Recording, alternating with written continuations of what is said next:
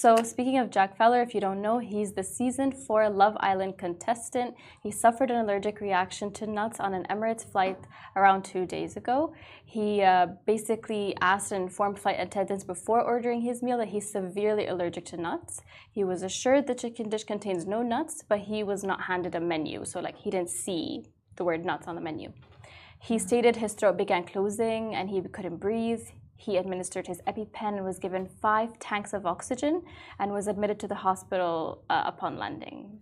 Emirates issued a statement. They said, while Emirates aims to cater to customers with specific needs by offering a variety of special needs that cover medical, dietary and religious requirements, we cannot guarantee a nut-free in-flight environment. So they say they urge travellers who have these dietary or medical requirements to check our website and consult their doctor before travel. Nut allergy is really serious as far as I heard.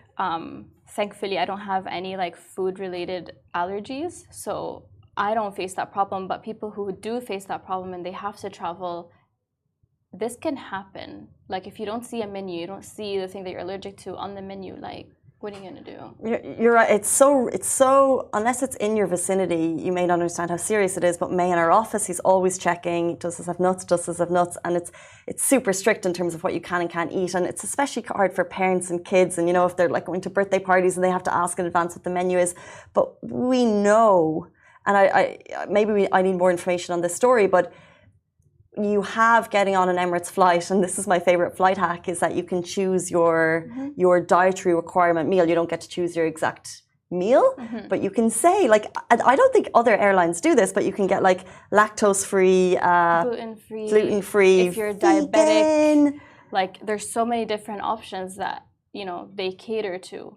So I'm guessing that you would need to ask in advance if you have a dietary requirement. You would need to check that before you get on, and maybe they have a specific no nut one. I don't know if they do actually, but it's also a flight hack, because if you do that, then you get your meal before everyone else.